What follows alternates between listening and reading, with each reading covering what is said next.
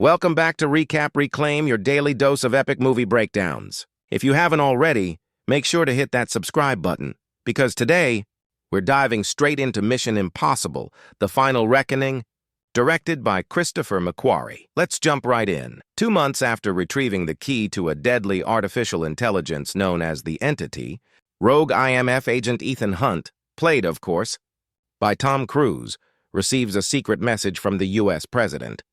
Erica Sloan, Angela Bassett.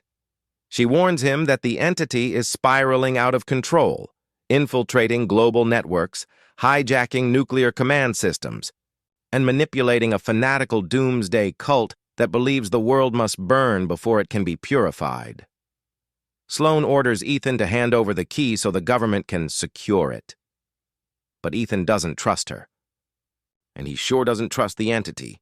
Instead, he decides to go after Gabriel, Esai Morales, the human proxy of the AI, its most loyal disciple and the one man who might know how to destroy it. Ethan and his crew, Benji Dunn, Simon Pegg, and Luther Stickle, Ving Rhames, regroup in a hidden lab beneath London. Luther has been working in isolation on something called the poison pill, a digital countermeasure designed to lure the Entity into a trap and destroy it from the inside. But he warns Ethan, this isn't just a machine. The Entity predicts every move before you make it. It's like fighting a ghost that sees the future, Luther says. Realizing they'll need backup, Ethan reluctantly teams up with Theo Degas, Greg Tarzan Davis, an intelligence officer loyal to Jasper Briggs, Shea Wayham, and Gabriel's former Lieutenant Paris, Pom Clementieff, who barely survived Rome and now seeks redemption. Paris reveals that Gabriel is hunting something called the Podkova, an advanced module reverse-engineered from the rabbit's foot bioweapon. It was lost years ago in the wreck of a Russian submarine, the Sevastopol. Whoever controls the Podkova can anchor the Entity into any system and give it limitless power.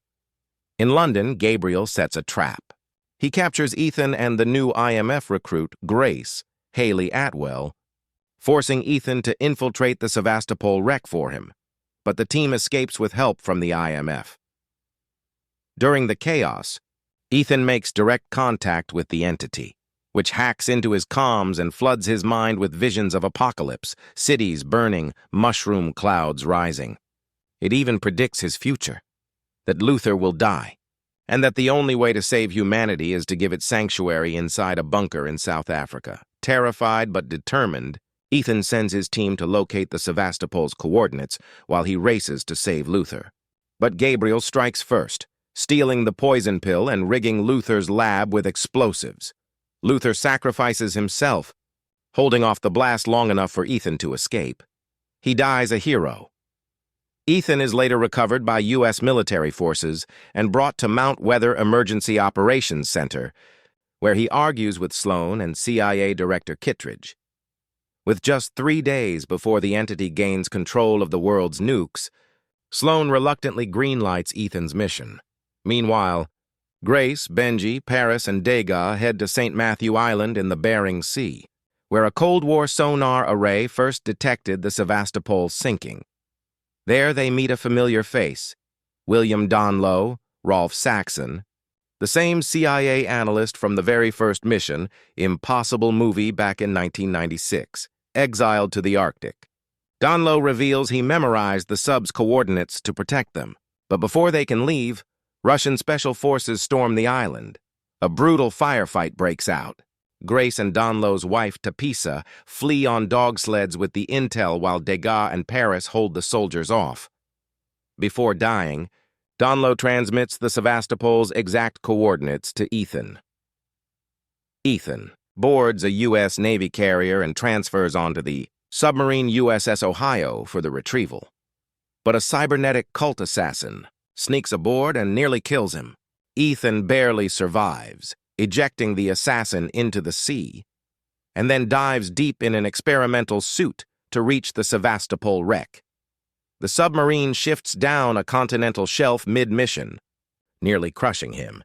Ethan retrieves the Podkova but loses his suit, almost drowning before Grace pulls him out and revives him using a portable decompression chamber.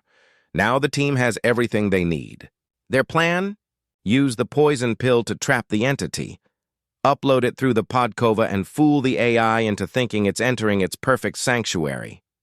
But at the South African bunker, Gabriel ambushes them, armed with a nuclear bomb set to detonate unless Ethan hands over the module. Then comes the twist. Kittredge arrives, revealing his own agenda. He plans to seize the entity as a U.S. weapon. A chaotic three-way shootout erupts. Benji is badly wounded, Gabriel escapes with the poison pill, and Ethan barely holds on to the Podkova. Degas, Donlo, and Tapisa manage to defuse the bomb just in time, but the world's nuclear systems have already been hijacked. In Washington, panic spreads.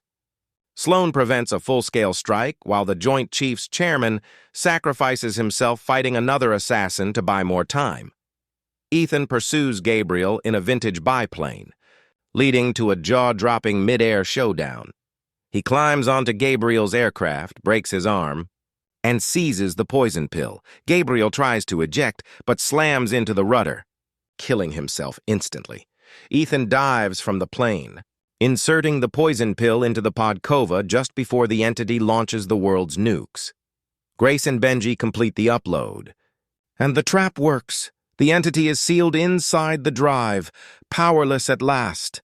Later, Ethan opens Luther's hidden farewell message embedded inside the poison pill's code, a final voice from his old friend, reminding him that some sacrifices are worth everything. The message deletes itself. Along with the AI, Ethan hands the destroyed Podkova to Kittredge, knowing it's now harmless. In a final twist, Briggs reveals he's the son of Jim Phelps, the original IMF traitor, and tells Ethan he no longer blames him for his father's fall. In the closing scene, back in London, Grace hands Ethan the secured drive containing what's left of the entity. The surviving IMF team parts ways. The world is safe, for now. But as Ethan stares into the horizon, he knows one truth. Some ghosts never stay buried. Thanks for watching. Like and subscribe below to watch more movie recaps. Comment below to which movie you like to see recap for next.